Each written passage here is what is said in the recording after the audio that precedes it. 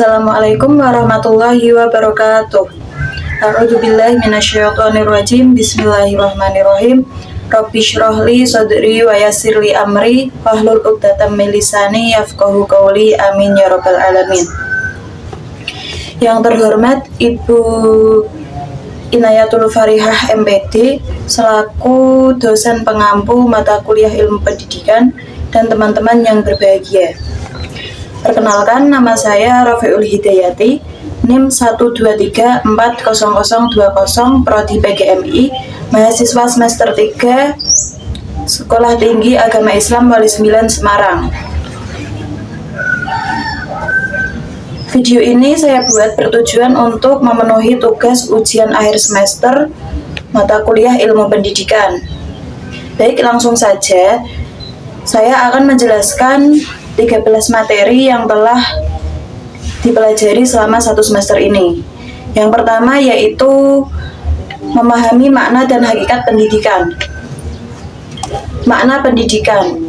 Menurut Kamus Besar Bahasa Indonesia, pendidikan adalah proses pengubahan sikap dan tata laku seseorang atau sekelompok orang dalam usaha mendewasakan manusia melalui pengajaran dan pelatihan.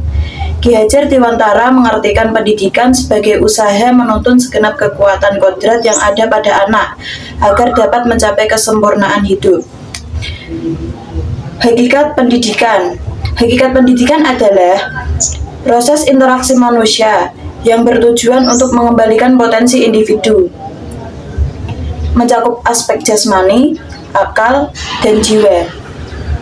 Dalam konteks Islam, hakikat pendidikan adalah mengembalikan nilai-nilai ilahiyah pada manusia dengan bimbingan Al-Quran dan hadis sehingga menjadi manusia yang berakhlakul karimah. Tujuan pendidikan adalah mengembalikan potensi individu agar menjadi manusia yang beriman dan bertakwa kepada Tuhan Yang Maha Esa, berakhlak mulia, sehat, berilmu, cakap, kreatif, mandiri, dan menjadi warga negara yang demokratis dan bertanggung jawab. Yang terakhir yaitu manfaat pendidikan. Manfaat pendidikan kurang lebih ada 10, yaitu diantaranya yang pertama, meningkatkan pengetahuan dan keterampilan. Kedua, membantu pembentukan karakter dan etika. Ketiga, membuka peluang kerja yang lebih banyak. Yang keempat, meningkatkan kesadaran diri dan pencapaian tujuan hidup. Yang kelima, meningkatkan kesehatan dan kesejahteraan. Yang keenam, meningkatkan kemampuan berpikir. Yang ketujuh, meningkatkan rasa percaya diri. Yang kedelapan, mencegah terbentuknya generasi yang bodoh. Yang kesembilan, menambah pengalaman peserta didik. Dan yang terakhir, mengajarkan fungsi sosial dalam masyarakat. Selanjutnya materi yang kedua yaitu memahami kaitan antara pendidikan dan perkembangan peradaban manusia.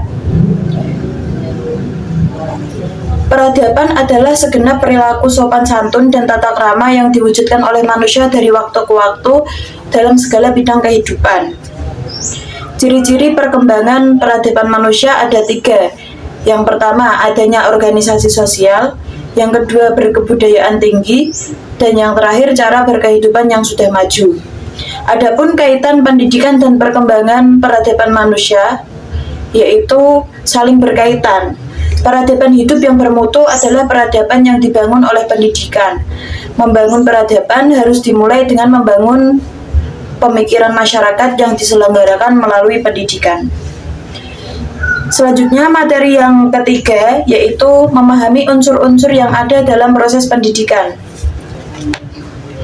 Unsur-unsur yang ada dalam proses pendidikan ada 5, yaitu tujuan pendidikan, kurikulum, metode pengajaran, interaksi antara pendidik dan peserta didik, serta lingkungan pendidikan. Yang pertama, tujuan pendidikan. Tujuan pendidikan itu mencakup pencapaian akademik dan pembentukan karakter individu. Selain itu, tujuan pendidikan juga harus mengembangkan keterampilan hidup, seperti komunikasi, kolaborasi, dan pemikiran kritis yang esensial untuk kehidupan masa depan. Yang kedua, kurikulum. Kurikulum harus fleksibel dan adaptif terhadap perubahan zaman. terutama dalam menghadapi perkembangan teknologi. Kurikulum juga harus memberikan ruang untuk pengembangan karakter. Yang ketiga yaitu metode pengajaran. Metode pengajaran merupakan strategi yang digunakan oleh pendidik untuk menyampaikan materi kepada peserta didik. Pemilihan metode pengajaran yang tepat dapat meningkatkan keterlibatan peserta didik dalam proses mengajar. Yang keempat, interaksi pendidik dan peserta didik. Interaksi yang baik antara pendidik dan peserta didik sangat penting untuk menciptakan suasana belajar yang positif. Pendidik tidak hanya berperan sebagai pengajar, namun juga fasilitator yang membantu peserta didik dalam mengatasi kesulitan belajar. Yang kelima, lingkungan pendidikan. Lingkungan belajar mencakup semua aspek yang memengaruhi proses belajar, termasuk kondisi fisik, sosial, dan emosional. Lingkungan yang kondusif dapat memperlancar proses pendidikan. Lingkungan yang aman dan nyaman dapat meningkatkan konsentrasi peserta didik dalam belajar. Materi yang keempat yaitu memahami pendidikan sebagai sistem dan keterkaitan antara pendidikan dan pengajaran. Pengertian sistem. Sistem adalah satu kesatuan yang terdiri dari komponen yang saling mendukung untuk mencapai hasil. Ciri-ciri sistem yaitu punya tujuan, batasan jelas, bersifat terbuka, terdiri dari berbagai bagian, dan saling ketergantungan. Pengertian pendidikan adalah upaya memajukan budi pekerti, intelektual, dan tubuh anak agar lebih baik. Adapun pengertian pengajaran adalah proses membantu seseorang membangun pengetahuan sendiri, bukan hanya sekedar memberi informasi. Sistem pendidikan terdiri dari beberapa komponen, yaitu tujuan dan prioritas, peserta didik, manajemen pendidikan, dan guru, serta pelaksanaan dan lain-lain. Hubungan antara pendidikan dan pengajaran sangat erat. Pendidikan merupakan konsep idealnya, dan pengajaran merupakan konsep operasional dalam rangka pengembangan potensi atau kemampuan manusia dalam melakukan kegiatan mendidik dan mengajar. Keduanya berfungsi sebagai alat pencetak sumber daya manusia yang berkualitas. Selanjutnya, materi yang kelima yaitu landasan pendidikan dan penerapannya.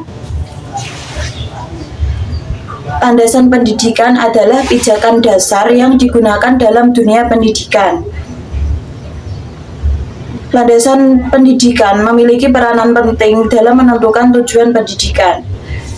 Jenis-jenis landasan pendidikan ada 4, yaitu filosofis, psikologis, sosiologis, dan historis. Filosofis adalah menentukan tujuan pendidikan. Psikologis adalah memahami perkembangan peserta didik. Sosiologis adalah menyelaraskan pendidikan dengan masyarakat. Dan historis adalah mengambil pelajaran dari sejarah pendidikan. Penerapan landasan pendidikan. Dalam aspek fisiologis, penerapannya meliputi kurikulum dan metode yang berlandaskan nilai. Dalam aspek psikologis, penerapannya berupa strategi pembelajaran yang sesuai dengan perkembangan. Dalam aspek sosiologis, penerapannya yaitu pendidikan yang mencerminkan kebutuhan sosial. Dan dalam aspek historis, penerapannya meliputi pembelajaran dari sejarah pendidikan. Tantangan dalam implementasi landasan pendidikan diantaranya yaitu kurangnya pemahaman filosofis, adaptasi teori psikologis yang kurang fleksibel, budaya dan sosial yang berbeda, dan kebijakan teknis tanpa evaluasi. Adapun solusi untuk mengatasi tantangan tersebut yaitu perlunya pelatihan guru, perlunya pendekatan fleksibel, pendidikan multikultural, dan melakukan evaluasi kebijakan. Selanjutnya, materi yang keenam yaitu asas-asas pokok pendidikan dan penerapannya. Asas pendidikan merupakan suatu kebenaran yang menjadi dasar berpikir, baik pada tahap perancangan maupun pelaksanaan pendidikan. Ada 3 pokok asas yang menjadi pedoman dalam penyelenggaraan pendidikan di Indonesia, yaitu asas Tutwuri Handayani, asas pendidikan seumur hidup, dan asas kemandirian dalam belajar. Yang pertama yaitu asas Tutwuri Handayani. Pada asas ini, kegiatan belajar tidak berpusat kepada guru, tetapi berpusat kepada peserta didik sendiri. Yang kedua yaitu asas pendidikan seumur hidup. Dengan kemampuan dan kemauan belajar sepanjang hidup, maka konsep belajar bukan sekedar belajar untuk tahu dan mampu, namun menuntut seseorang untuk belajar untuk menjadi. Yang ketiga yaitu asas kemandirian dalam belajar. Asas ini menghindari campur tangan guru, namun guru selalu siap membantu apabila diperlukan. Penerapan asas pokok pendidikan baik di sekolah maupun di luar sekolah berpedoman kepada kebebasan dalam belajar sepanjang hayat yang bermuara kepada kemandirian dalam belajar. Untuk itu, pendidik perlu menyesuaikan pendekatan dalam pembelajaran yang berpusat pada peserta didik, sehingga pendidik menempatkan dirinya sebagai fasilitator, informator, motivator, dan organisator. Selanjutnya, materi ketujuh yaitu memahami lingkungan pendidikan dan memanfaatkan lingkungan pendidikan. Lingkungan pendidikan adalah tempat seseorang memperoleh pendidikan secara langsung atau tidak langsung. Fungsi lingkungan pendidikan yang pertama yaitu sebagai tempat tumbuh dan berkembangnya peserta didik. Yang kedua yaitu membantu peserta didik berinteraksi dengan lingkungan sekitar. Yang ketiga yaitu sebagai wahana untuk memperluas dan mempercepat mencerdaskan kehidupan bangsa. Yang keempat, mengajarkan tingkah laku umum dalam masyarakat. Dan yang kelima yaitu mengembangkan kemampuan peserta didik.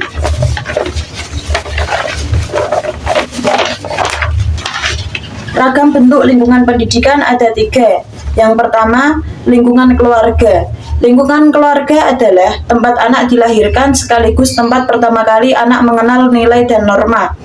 Lingkungan ini berfungsi untuk memberikan dasar dalam menumbuh kembangkan anak sebagai makhluk individu, sosial, susila, dan religius. Yang kedua, lingkungan sekolah. Lingkungan sekolah adalah lembaga pendidikan formal yang menerima fungsi pendidikan sebagai pengelola dan pelaksana pendidikan. Yang ketiga adalah lingkungan masyarakat. Lingkungan masyarakat merupakan lingkungan yang ikut bertanggung jawab dalam upaya mencerdaskan kehidupan bangsa, sekaligus tempat mengembangkan pengetahuan dan keterampilan yang diperoleh dari lingkungan keluarga dan sekolah. Adapun pemanfaatan lingkungan pendidikan ada 5, yaitu lingkungan sekolah sebagai laboratorium belajar, lingkungan sosial menjadi media pembelajaran, lingkungan alam untuk pembelajaran konstekstual, lingkungan buatan untuk pengembangan kreativitas, dan kerjasama dengan masyarakat dan orang tua.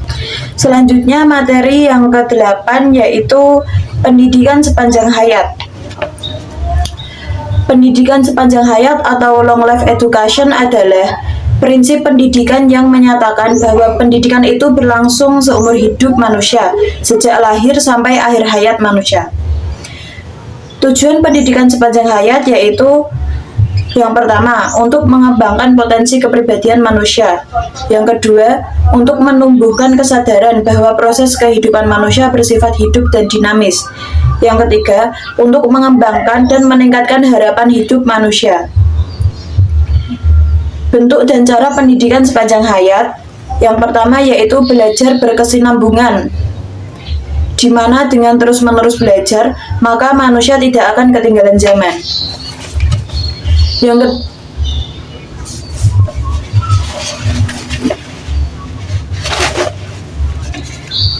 kedua, menurut Supriyanto ada 6 tahapan, yaitu motivasi, perhatian pada pelajaran, menerima dan mengingat, reproduksi, generalisasi, dan menerapkan yang telah diajarkan serta umpan balik.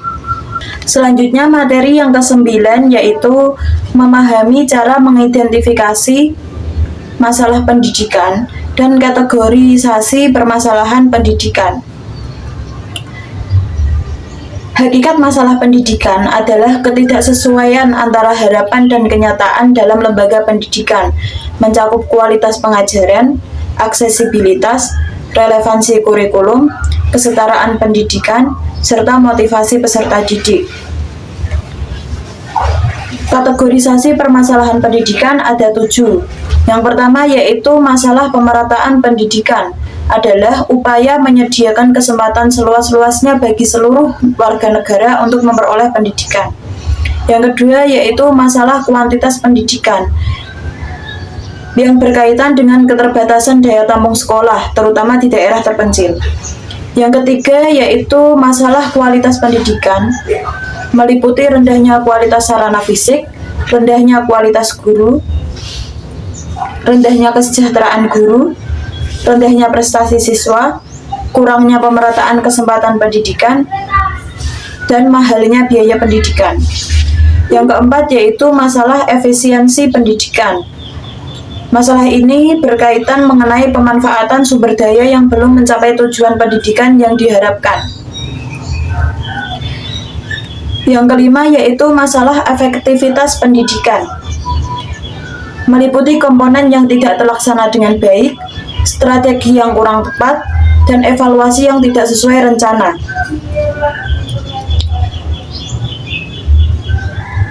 Yang keenam yaitu masalah relevansi pendidikan, adalah seberapa jauh pendidikan yang diterima dapat sesuai dengan kebutuhan dunia kerja, perkembangan teknologi, dan tuntutan masyarakat.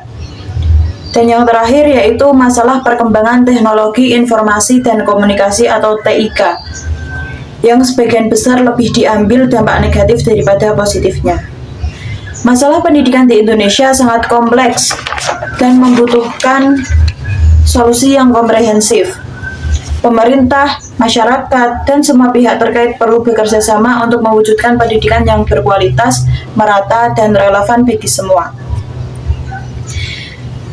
Materi yang ke-10 yaitu memahami faktor-faktor yang memengaruhi permasalahan di dalam masyarakat. Faktor yang menyebabkan permasalahan pendidikan di masyarakat ada 4. Yang pertama yaitu rendahnya sarana dan prasarana. Yang kedua, menurunnya kualitas pendidik. Yang ketiga, menurunnya kualitas siswa. Dan yang keempat, kurikulum yang tidak relevan. Adapun solusi untuk permasalahan tersebut yaitu yang pertama, melakukan pemerataan pendidikan. Yang kedua, meningkatkan kesejahteraan guru. Yang ketiga, meningkatkan mutu pendidikan. Dan yang keempat, meningkatkan prestasi belajar siswa. Selanjutnya, bab yang ke-11 yaitu konsep pengembangan peran manusia dan pendidikan dalam pembangunan. Pembangunan pendidikan adalah proses perombakan struktural yang berfokus pada peningkatan partisipasi pendidikan, efisiensi dan efektivitas pendidikan, serta relevansi pendidikan. Karakteristik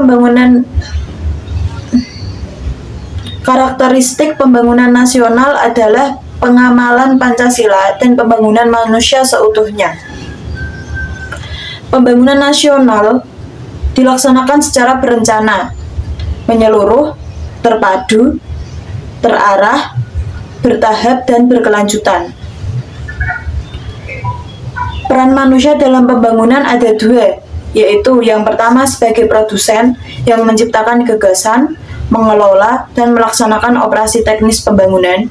Yang kedua sebagai konsumen yang menggunakan dan menilai mutu hasil pembangunan. Peran pendidikan dalam pembangunan yaitu yang pertama, melestarikan ideologi dan nilai sosiokultural.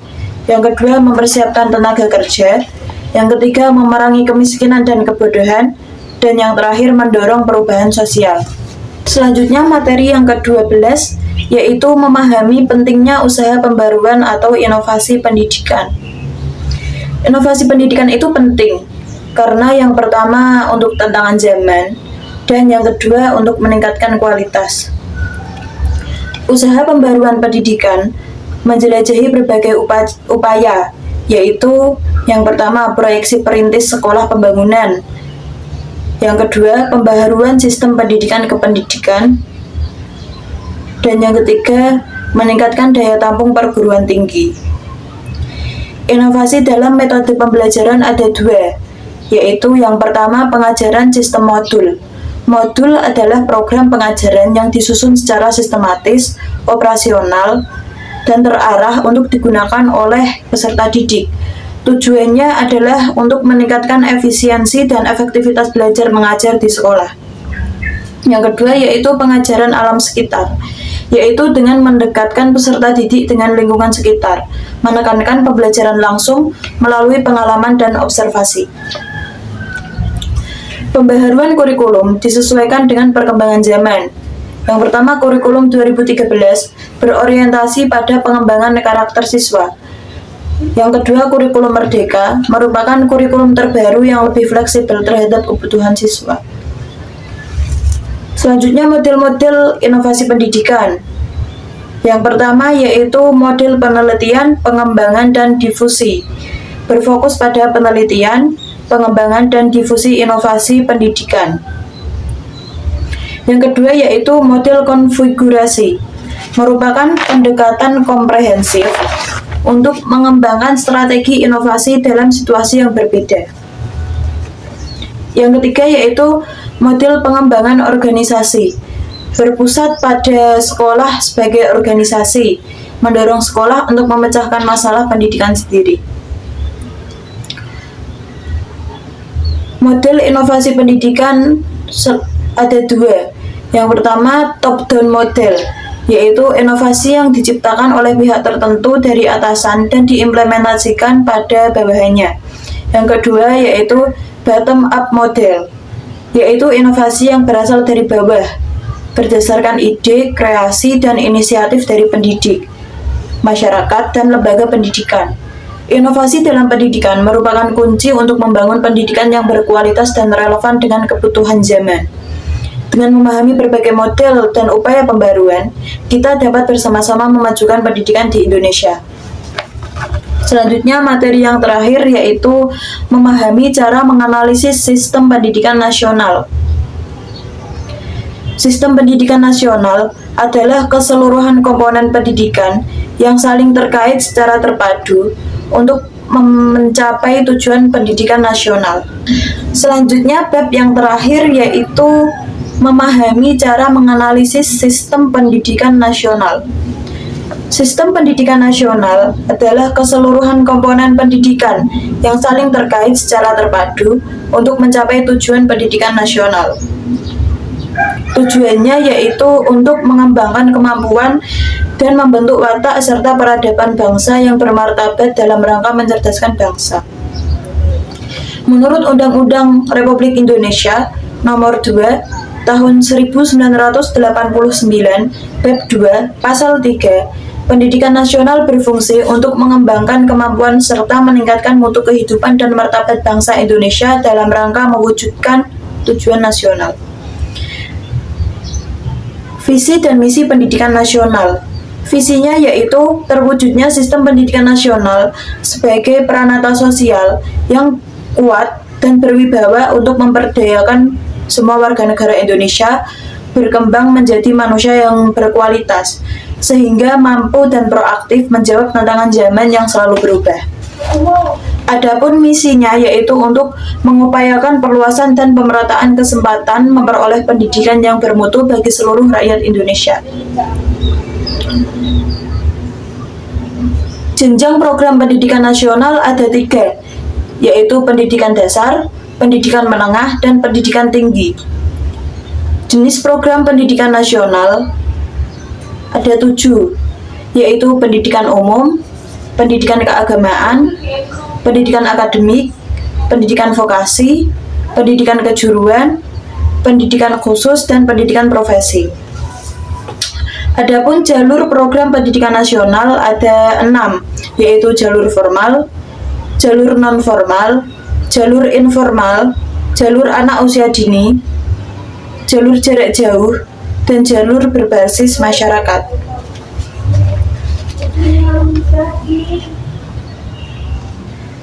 Adapun cara untuk menganalisis sistem pendidikan nasional ada 7. Yang pertama yaitu mengetahui tujuan dan fungsi sistem pendidikan nasional. Yang kedua, mengetahui prinsip penyelenggaraan sistem pendidikan nasional. Yang ketiga, mengetahui visi dan misi sistem pendidikan nasional.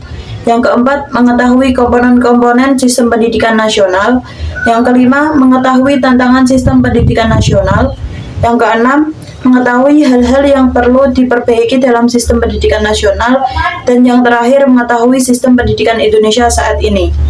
Demikianlah penjelasan saya mengenai 13 materi yang telah dipelajari selama semester 3 ini. Apabila ada tutur kata yang kurang berkenan, saya mohon maaf dan terima kasih. Wallahul muwaffiq ila aqwamit thoriq. Wassalamualaikum warahmatullahi wabarakatuh.